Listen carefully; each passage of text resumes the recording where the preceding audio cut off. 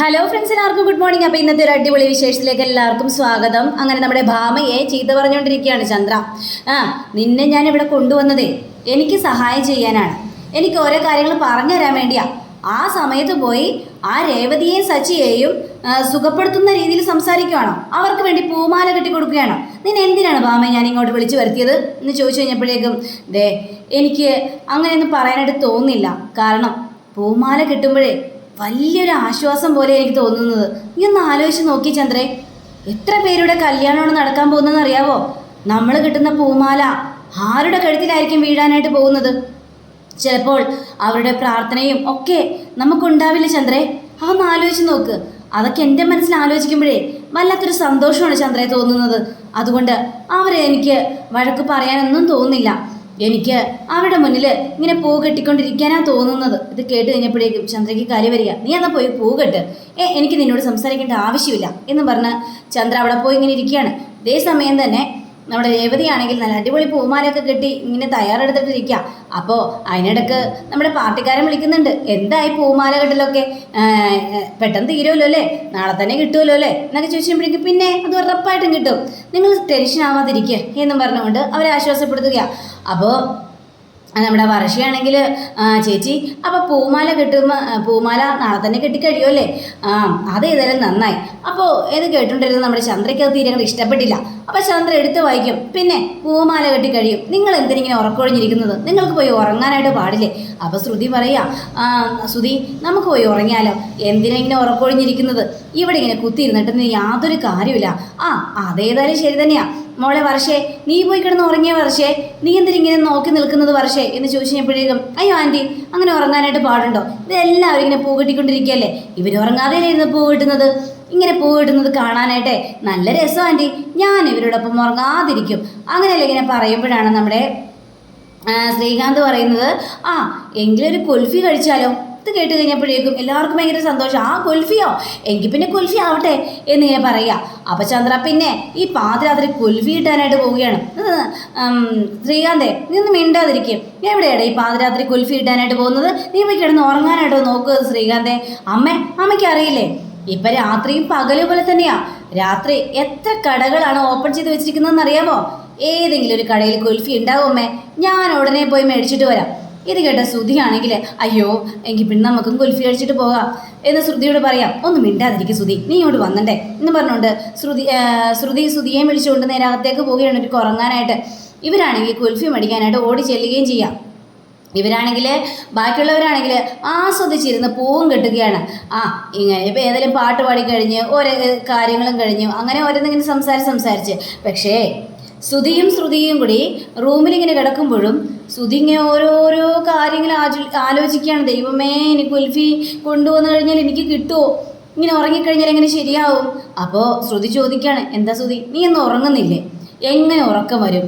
നമ്മളിവിടെ ഇരിക്കുന്നു, ബാക്കിയുള്ളവരെല്ലാവരും ഹാളിരുന്ന് പൂ കെട്ടുന്നു. അപ്പോൾ അച്ഛൻ എന്ത് വിചാരിക്കും? നമ്മൾ രണ്ടുപേരും സുഖമായിട്ട് ഇവിടെ കിടന്ന് ഉറങ്ങുന്നല്ലേ വിചാരിക്കുള്ളൂ. അച്ഛൻ്റെ മുന്നിൽ അങ്ങനെ ഈ പ്രവൃത്തി ചെയ്യുന്നത് തെറ്റായ ഒരു കാര്യമല്ലേ ശ്രുതി? ഇത് കേട്ട ശ്രുതിയാണെങ്കിൽ ശ്രുതി പറഞ്ഞത് ശരി തന്നെയാണ്. നമ്മൾ എല്ലാവരും അവിടെ ഇരിക്കുമ്പോൾ നമ്മളിവിടെ വന്ന് ഉറങ്ങുന്നത് വളരെ മോശമായ കാര്യമാണ്. ആണല്ലോ. അപ്പോൾ ഒന്ന് ആലോചിച്ച് നോക്ക്. ഏതായാലും നമുക്ക് അങ്ങോട്ട് ഇറങ്ങി ചെന്നാലോ എന്നൊക്കെ ഇങ്ങനെ പറയുമ്പോൾ ശ്രീകാന്തിൻ്റെ ശബ്ദം കേൾക്കുക, കുൽഫി വന്നേ കുൽഫി എന്ന് പറഞ്ഞുകൊണ്ട്.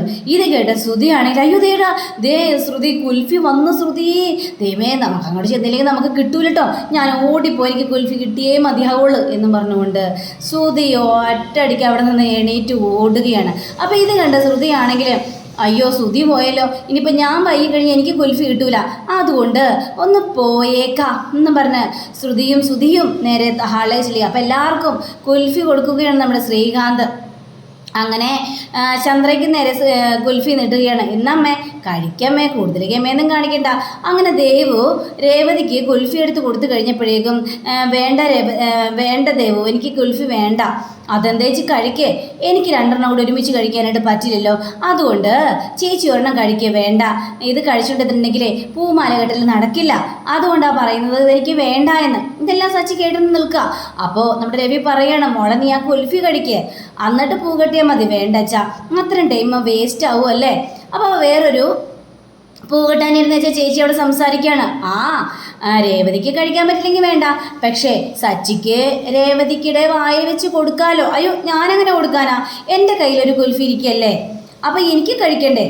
അത് ഒരു കുൽഫി അല്ലേ, മറ്റേ കൈ ഫ്രീ ആണല്ലോ, അപ്പോൾ ആ ഒരു കൈ വെച്ച് കുൽഫി കൊടുക്കാലോ സച്ചി. അതുകൊണ്ട് നീ കൊടുക്ക് സച്ചി, എന്തിനാണ് ഇങ്ങനെ വിഷമിച്ചിരിക്കുന്നത് എന്നും പറഞ്ഞുകൊണ്ട് നമ്മുടെ സച്ചി ഒരു നിവൃത്തിയില്ലാതെ ആ ഒരു കുൽഫി ഇങ്ങനെ പൊളിച്ചിട്ട് നമ്മുടെ രേവതിയുടെ വാല് വെച്ച് കൊടുക്കുക. എല്ലാവർക്കും ഇത് കാണുമ്പോൾ വളരെ സന്തോഷവും ഇതൊക്കെ തോന്നുന്നുണ്ട്. പക്ഷേ ചന്ദ്രയ്ക്ക് മാത്രം അതങ്ങോട്ട് തീരെ അങ്ങോട്ട് ഇഷ്ടപ്പെട്ടില്ല. കാരണം സച്ചി ഭയങ്കര സ്നേഹത്തോടു കൂടി തന്നെയാണല്ലോ കുൽഫി വെച്ച് കൊടുക്കുന്നത്. അപ്പം സച്ചിയുടെ സ്നേഹം കണ്ടുകഴിഞ്ഞപ്പോഴേക്കും രേവതിയും മഗ്നയും മറന്നിങ്ങനെ നിൽക്കുക. അങ്ങനെ നമ്മുടെ രേവതി ആണെങ്കിൽ ഭയങ്കര സന്തോഷം. സച്ചിയുടെ ആ സ്നേഹം കണ്ടുകഴിഞ്ഞപ്പോഴേക്കും സച്ചിയും കഴിക്കുന്നുണ്ട്, രേവതിക്ക് വാല് വെച്ച് കൊടുക്കുന്നുണ്ട്. അങ്ങനെ നമ്മുടെ ഭാമയ്ക്ക് ഇത് കണ്ടുകഴിഞ്ഞപ്പോഴേക്കും ഭയങ്കര ഇഷ്ടം തോന്നുകയാണ്. അങ്ങനെ നേരെ ഭാമ ചെന്ന് ചന്ദ്രയുടെ ഇരുന്ന് കഴിഞ്ഞതിന് ശേഷം ചന്ദ്രേ, എന്താ ചന്ദ്ര ഇത് കഴിക്കുന്നില്ലേ? നീ മിണ്ടി പോകരുത് വാമേ, നീ എന്നോട് ഒരു അക്ഷരം മിണ്ടണ്ട, ഒരു കുൽഫി എന്ന് പറഞ്ഞുകൊണ്ട് അങ്ങോട്ട് മാറിപ്പോവാ. അപ്പോൾ നമ്മുടെ സുധി ഓടി വന്നിട്ട്, അയ്യോ എനിക്ക് കുൽഫി ഇല്ലേ, ഞങ്ങളുടെ കുൽഫി തീർന്നോ? ശ്രീകാന്ത് എടാ ഒരു കുൽഫി താടാ. അങ്ങനെ ശ്രീകാന്ത് ഒരു കുൽഫി എടുത്ത് കൊടുക്കുക, ഞങ്ങൾക്ക് രണ്ടുപേർക്കും വേണേ. അങ്ങനെ നമ്മുടെ ശ്രുതി ആ കുൽഫി കഴിക്കാനായിട്ട് തുടങ്ങി കഴിഞ്ഞപ്പോഴേക്കും ശ്രുതി പറയാം, അയ്യേ ഈ കുൽഫിക്ക് ഒരു ടേസ്റ്റും ഇല്ലല്ലോ. ആര് പറഞ്ഞു? ഈ കുൽഫിക്ക് നല്ല ടേസ്റ്റ് ഉണ്ടല്ലോ. ആണോ? ഈ കുൽഫിക്ക് ഭയങ്കര പുളിയാ, ഞാൻ ഒന്ന് ടേസ്റ്റ് ചെയ്ത് നോക്കട്ടെ എന്ന് പറഞ്ഞുകൊണ്ട് ശ്രുതിയുടെ കയ്യിൽ നിന്നും ആ ഒരു കുൽഫിയും കൂടി മേടിച്ചിട്ട് നമ്മുടെ ശ്രുതി ആലോചിച്ച് കടിച്ചു നോക്കുകയാണ്. ശരിയാണല്ലോ ശ്രുതി, ഇത് നല്ല മധുരമുണ്ട്. ഇതിന് പക്ഷേ പുളിയായിരുന്നു. ശരിയാണ്ടോ, നല്ല അടിപൊളി മധുരം. അപ്പോൾ എല്ലാവരും കഴിഞ്ഞപ്പോൾ കാര്യം മനസ്സിലായി. ശ്രുതിയാണെങ്കിൽ അതെ കുറച്ച് ഓവറാണ് കേട്ടോ, ഓവർ കാണിക്കല്ലേ, നിങ്ങൾ തന്നണ്ടേ എന്ന് പറഞ്ഞുകൊണ്ട് ഇവരും കഴിക്കാം. അങ്ങനെ ചന്ദ്രയാണെങ്കിൽ പിണങ്ങിപ്പോയി റൂമിലിരിക്കുകയാണല്ലോ. അപ്പോൾ ബാമ ചെന്നിട്ട്, എന്താ ചന്ദ്രേ നീ എന്തെങ്ങനെ മാറി നിൽക്കുന്നത്? ദേ ബാമയ്ക്ക് കൈ വരുന്നുണ്ട്. ദേ നീ കണ്ടില്ലേ ആ സച്ചിയുടെയും രേവതിയുടെയും സ്നേഹം കണ്ടില്ലേ? കുറച്ച് കഴിയുമ്പോഴത്തേക്ക് ഒരു പിണങ്ങിയും മോന്തയും വെറുപ്പിച്ചിരിക്കും. പിന്നെ കുറച്ച് കഴിയുമ്പോഴേക്കും ഒരു ഭയങ്കര സ്നേഹം. ഇതൊക്കെ കാണുമ്പോഴേ എനിക്ക് കാര്യം സഹിക്കാൻ പറ്റുന്നില്ല. അവരുടെ ഒരു സ്നേഹം കുറേ അഭിനയിക്കുന്നുണ്ട് അവർ.